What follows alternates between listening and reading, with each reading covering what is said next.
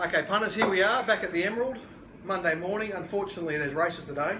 But it's sort of a race. I mean, it's Maui. Maui. With due respect to the Chicken Kings and their big day, the Jelligators boys. But sort of when Maui sort of nearly a day off anyway, isn't it?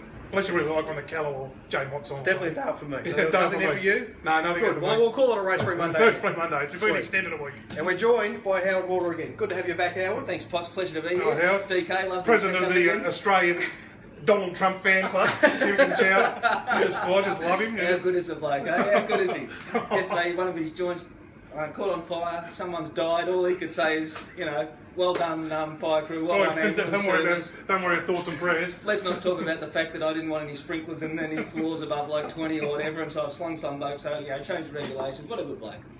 So can I just say before we start, because you brought up the Jelligators boys, that one of my subscribers, DK, he emailed me after Lavendi had one run and goes, Potts, I think this is a real good horse. I went, well, you know, I've got a few things that needs to iron out, and it was before it ran second up at Mornington where it sort of fell in.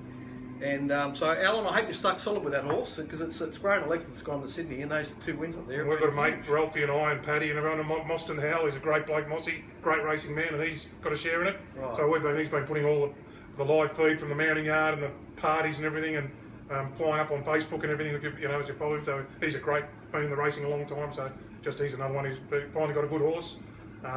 So yeah, no, great story. I mean, they've had a big beat, they've been in Dubai, came back, you know. Got fantastic. But Manny, they replayed when it won his maiden at Bendigo, at Ballarat, which he ran very impressively. And Manny at post race said, "This is a good horse. Yeah.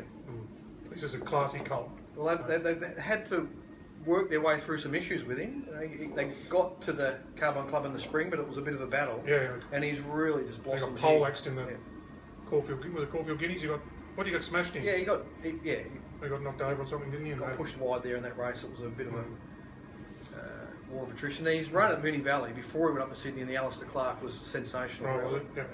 They were chasing, him and Astoria were chasing Cliff's Edge, and that really gave them a platform, you know, and they've used it. So, anyway, I saw on your Twitter, I don't look at Twitter much, but every time there's something good in there, my wife shows it to me and says, have a look at this. And you retweeted something in Snowden about a show made in the late 90s called The Gamblers. The Gamblers, yeah. Nathan Snow, who friend of the show. Hello, Nathan. Snowy. You tweeted out, it was called The Gamblers on YouTube. I think it was a 6-part series back in the late 90s. And they did one particular 30-minute show on the bookies ring at Randwick, was it? Yep. Or Randwick, there was one of Brazil, one of Randwick. And and they followed the rails bookmaker John Kennedy and a very young Sean Bartholomew and Kingsley Bartholomew, who were trying to get their bookies licence back again. They'd had one go and hadn't worked out, but they're trying to get it back in. And it was the most enjoyable Sunday night viewing I've had for a very long time. Potts. It was, you know, they showed John's how the betting was on the rails. You know, John was taking big bets and all the heads on the track, and everyone, you know, there were still people there in the late 90s, and just fantastic. I think if you had a keen eye, I'm pretty sure there was a shot of a young Mark Lambourne running around the ring there at one stage, and Steve Collegieri, who the boys in the Punter show are always talking about, he was there. He was always back in roughies back in the day, Steve. But this incredible cast of characters and how fortunes have turned. Like punters that don't know, John Kennedy's fortune, you know, he's not on the rails anymore as far as I know, and had a few issues there, and now separately both Kingsley and Sean are flying, and two of the biggest punters, most dominant punters in Australia. Yeah.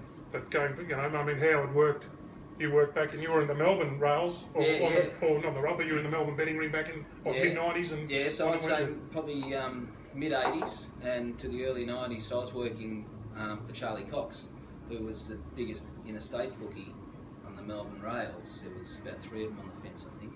And Charlie was by far the biggest, very wealthy man in his own right. Still a big bookie when I was there back even at the end of his time, you know. Yeah, exactly. And he was the, you know, if he knew you had no edge, he'd just bet you. I mean, you know, he got some information, I'm sure, but they weren't formed with his own estate. You know, it's a very strong license. It was strong. It was Jack Attridge was there, wasn't he? He's a big bookie.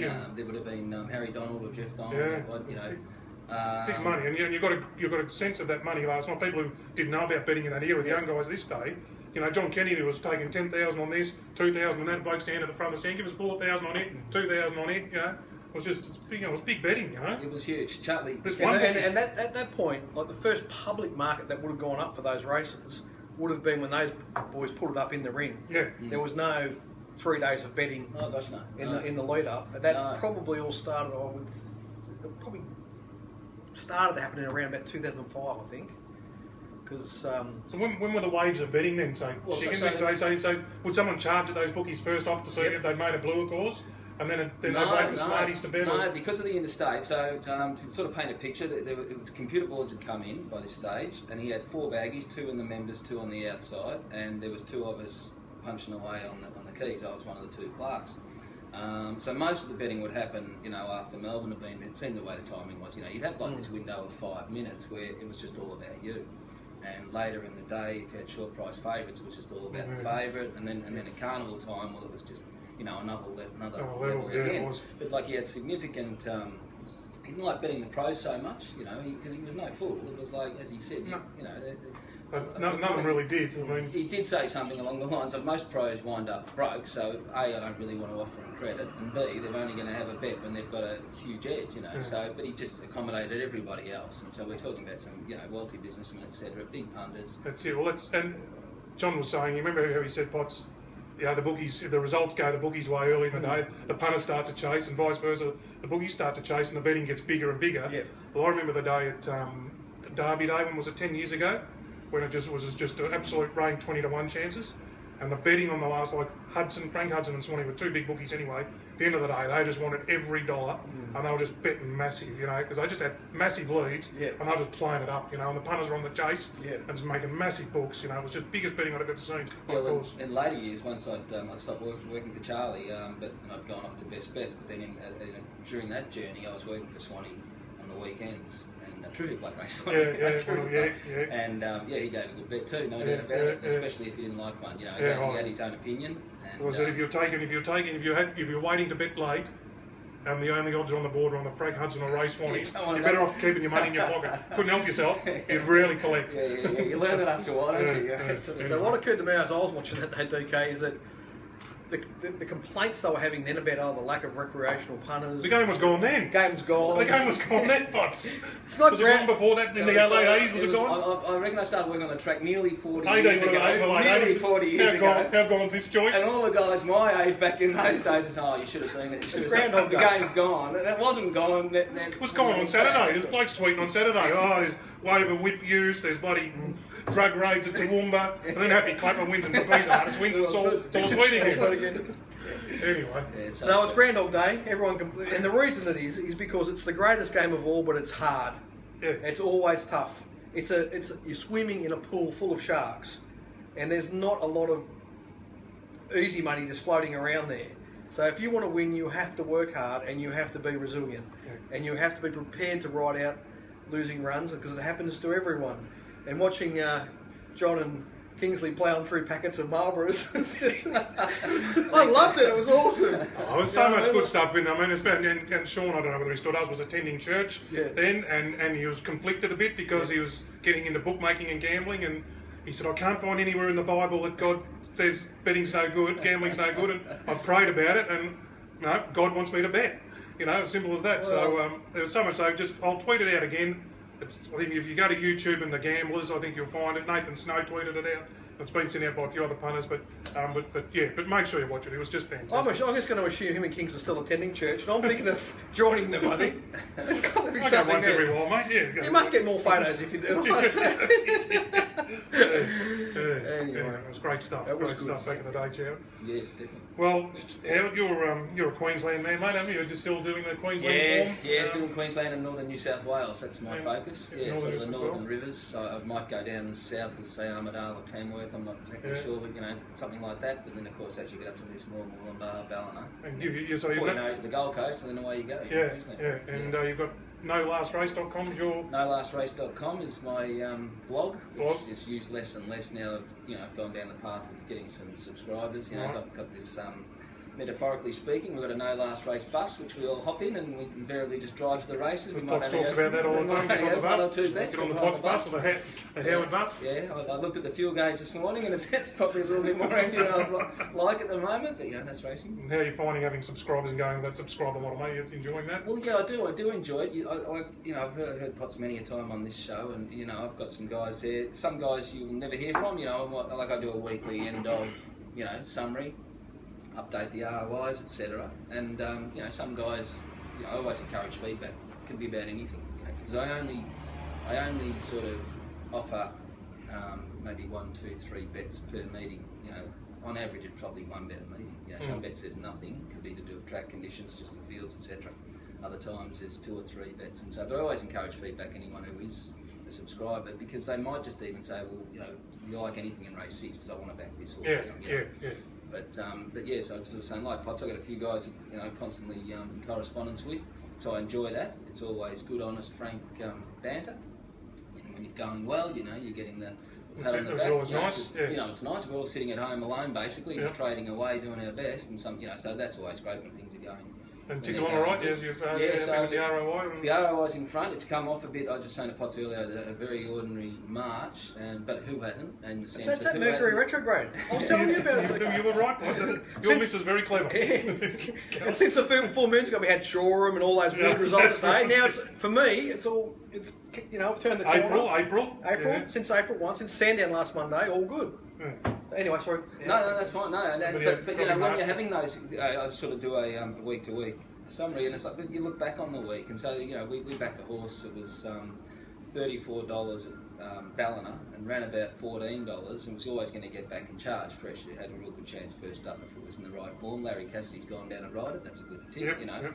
Anyway, it's almost coming at your head on with 100 to go. It's just going straight through the pack, and then all of a sudden the favourite's on the outside. We hit the line like that. Well, favourite gets the bob. That's one. You know, we back it each way, so life goes on. But there was then there was another 2 that week. One of them come around the home turn at Toowoomba, 4 lengths in front. You know, last stride. There's one that was coming out after it, so it's a very long straight. When you know, in that scenario, I was like, "Oh, we can," you know, and there's 6 lengths to third. Yeah, you know, of course. Another one burning around the turn at Taree. As I said, it'll get own lead and be hard. And they all come together. They don't space out. They all lead in the. Yeah, that's right. Yeah, that's right. They come in groups. Come in a cluster. And cluster, and so that was another one. So yeah, and she'll look after 2 or 3 weeks. Well, how come we've had this run? And it's like, well, there was 34 units there, there was 16 units there, and there was 18 units there or something, and you don't expect to get them. The point is, like, when you get none, there's got to be some encouragement for people that are laying your bets. So that's good. Of course. So when you've had a bad run, they think that, you know, you're someone that they should be taking on. That's good. That's right. That always helps. And if it was easy, everyone would be doing it. It just ain't easy. It's never going to be. No. And anyone out there that expects that it's all just going to be peaches and cream and you're not going to go through good and bad runs, you're just asking for trouble, because it's going to happen. And I had some really good correspondence with some of my guys last week. One that's a recent subscriber, and I had a chat to him on the phone, and because, you know, he just joined up at just the wrong time. Yep. A couple of bad weeks. And we talked about a couple of things that were going to help him out a little bit, but then the last week it's all turned around. So whatever he was behind, he's sweet again. Yeah. And so we had a really good chat about that. And like, the truth was, when he emailed me, I had to actually go back and check what the results were of the two. So I knew that we'd lost, but I didn't know exactly how much. Because if you've done it for long enough and you build up the right habits, you become resilient to it. You go through the process, you move on to the next race, the next meeting, and you do it. And the reason I'm saying is I also had a bit of correspondence from someone that's been around for a bit longer, that was talking about that he's getting better and better at not reacting to any of the emotions, and that he's building up that discipline. Nice. And I said that's so important to do. And one of the main reasons it's important to do, I could list a whole bunch of them, is that it's exactly what the corporates don't want you to do. Also true. They want you to be emotional. They want you to chase. They want you to change your habits. Any bookie does. Yep. So one day. Yeah. It actually works both ways when you think about it, because even when you're winning, they also want you to just think you're invincible and bet bigger. And that's as big a trap as when you're losing, having a bet that you never ever intended to have. You know, you start looking for this thing in the next race. Oh, $34 seems big. I'll have something on it. By the end of the day, you've good money going after. You've got but the other thing is, you know, when 2 or 3 in a row win, I'm a big subscriber. That doesn't mean you all of a sudden just start increasing your stake size. I mean, not that quickly. Not just because 2 or 3 in a row have won over a journey. No, you've got to stay mean, as Pod says. You've got to stay mean. That's it. Absolutely correct. So, you know, I would say to punters out there, stick to your disciplines and disappoint the bookies. Disappoint them. Don't do what they want you to do. Give them nothing. We'll be back with part 2 in one moment.